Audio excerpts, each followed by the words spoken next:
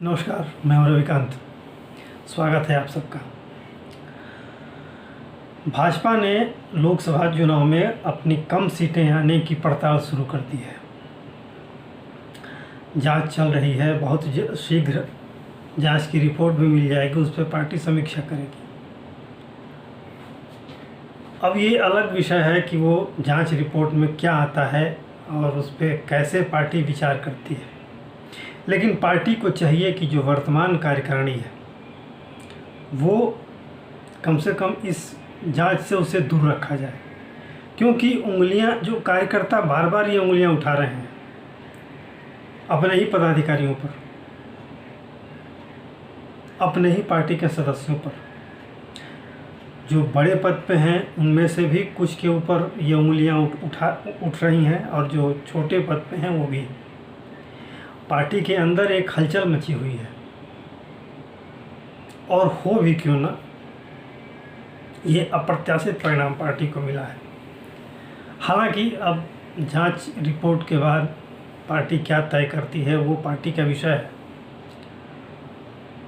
लेकिन जिस तरह से कार्यकर्ता सार्वजनिक रूप से एक दूसरे पर दोष लगा रहे हैं, कुछ बड़े नाम भी उसमें शामिल हो रहे हैं, कुछ छोटे पद पे भी, कुछ कार्यकारिणी के मेंबर्स पर भी ये उंगलियां उठ रही हैं, तो निश्चित रूप से अगर एक समूह में अगर इस तरह से उंगलियां उठ रही हैं तो कहीं न कहीं दाल में काला है ज़रूर।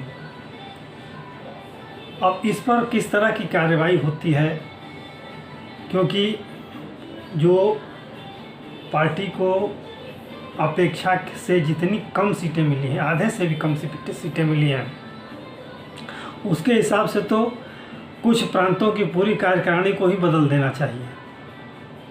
यूपी तो उसमें सबसे ऊपर है। यूपी के अलावा राजस्थान, जो अंदरूनी अनेक गुटों में बटा हुआ था, महाराष्ट्र,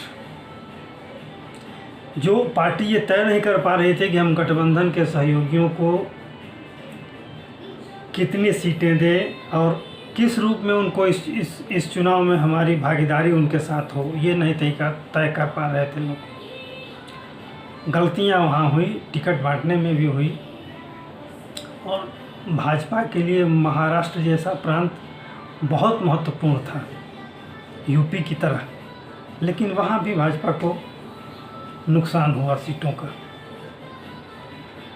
अब भाजपा ने तैयारी कर दी है आगामी विधानसभा चुनाव की। अगले 3-4 महीने के अंदर 4 प्रांतों में विधानसभा के चुनाव हैं।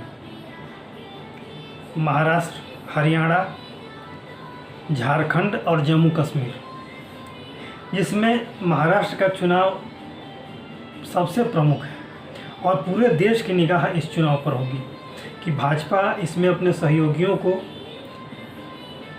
किस तरह से संतुष्ट कर पाती है, क्योंकि जो गठबंधन है वो अनावश्यक रूप से बहुत बड़ा हो गया है, और भाजपा के लिए सरदर्द है कि हम किसको मनाएं, और किसको संतुष्ट असंतुष्ट होना राजनीति का एक आवश्यक अवयव है, लेकिन किसको कितना संतुष्ट करें और किसको नाराज़ कर दें, अब पार्टी के लिए ये एक बड़ा ही चुनौतीपूर्ण मुद्दा बनने जा रहा है।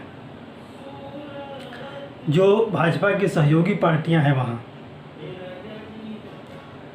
एक तरफ जो राष्ट्रवादी कांग्रेस पार्टी का टूटा हुआ धड़ा है, एक तरफ शिवसेना का टूटा हुआ धड़ा है, और दोनों अपने आप को महत्वपूर्ण साबित करने की कोशिश में हैं और ज़्यादा से ज़्यादा सीटें पाने की कोशिश में हैं।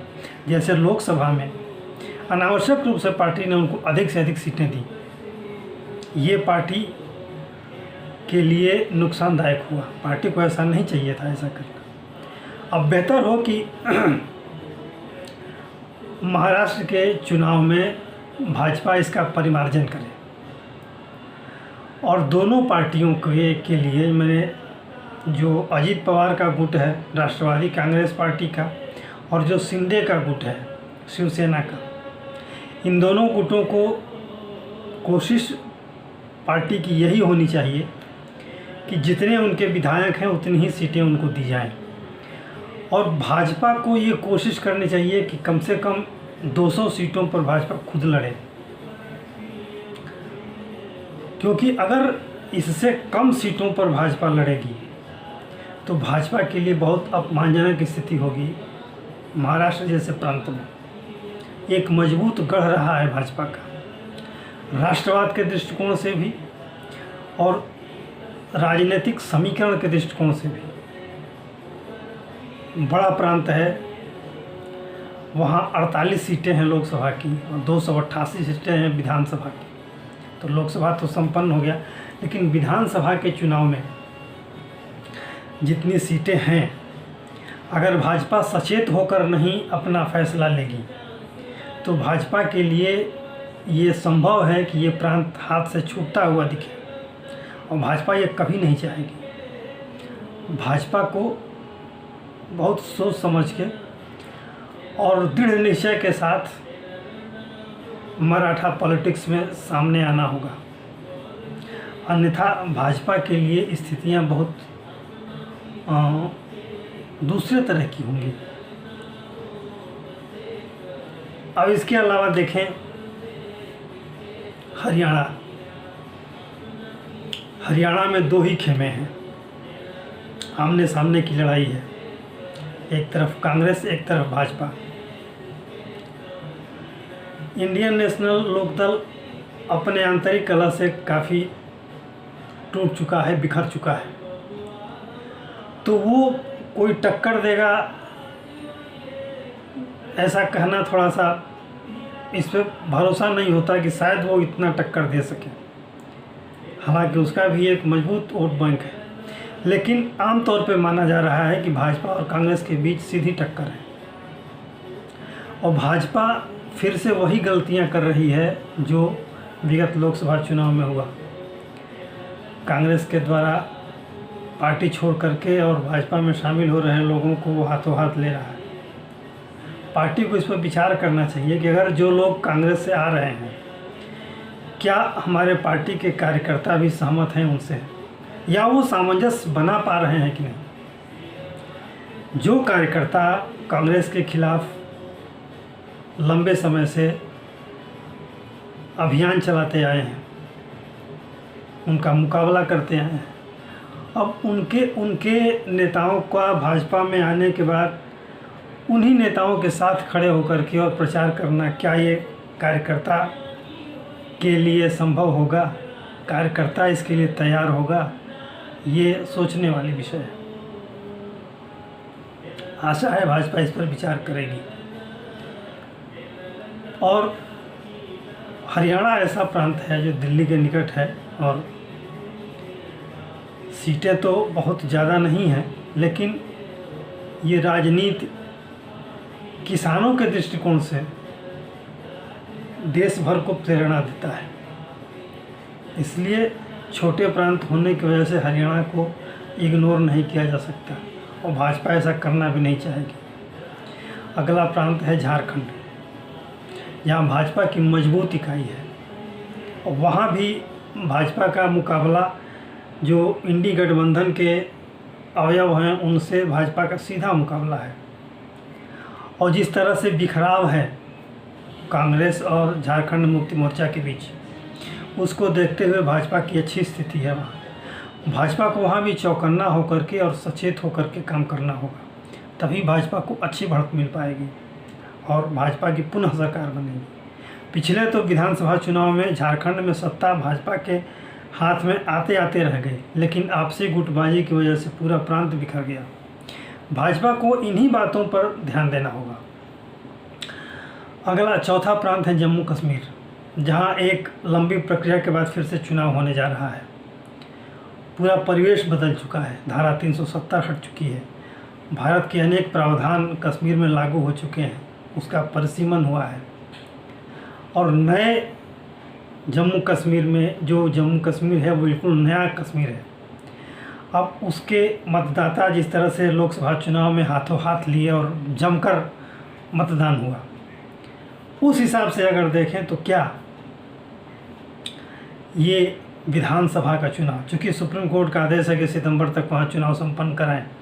चुनाव आयोग भी इस तैयारी में लग चुका है। इन चारों प्रांतों में तैयारी में लगा हुआ है, जिसमें कश्मीर पर पूरे देश की निगाह है, पूरे दुनिया की निगाह है, और साथ में चुनाव आयोग भी इसे मजबूती के साथ और चुनौती के रूप में इसे ले रहा है, क्योंकि एक बड़ी परीक्षा है चुनाव आयोग के लिए।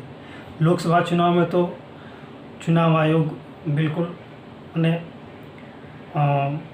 हर चुनौती पे खरा उतरा। अब अगली चुनौती विधानसभा की है जम्मू कश्मीर में, और चुनाव आयोग कमर कसा हुआ है। अब इसका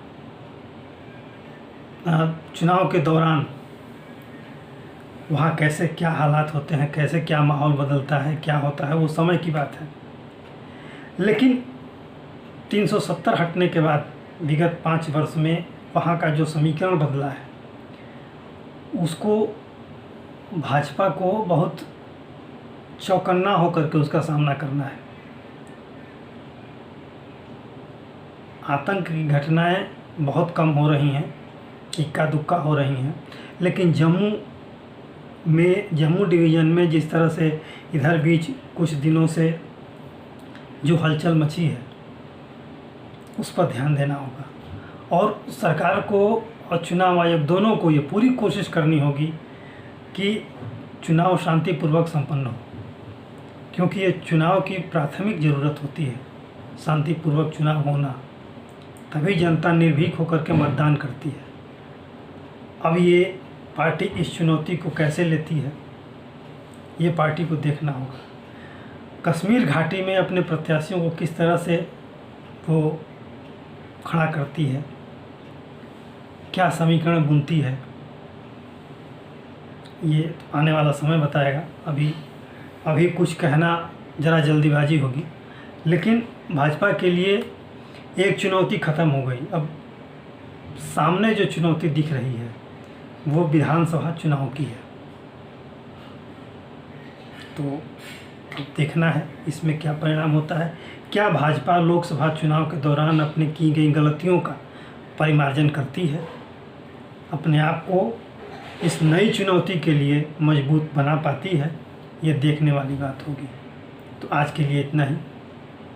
वीडियो अच्छा लगा हो लाइक करें, शेयर करें, सब्सक्राइब करें। धन्यवाद।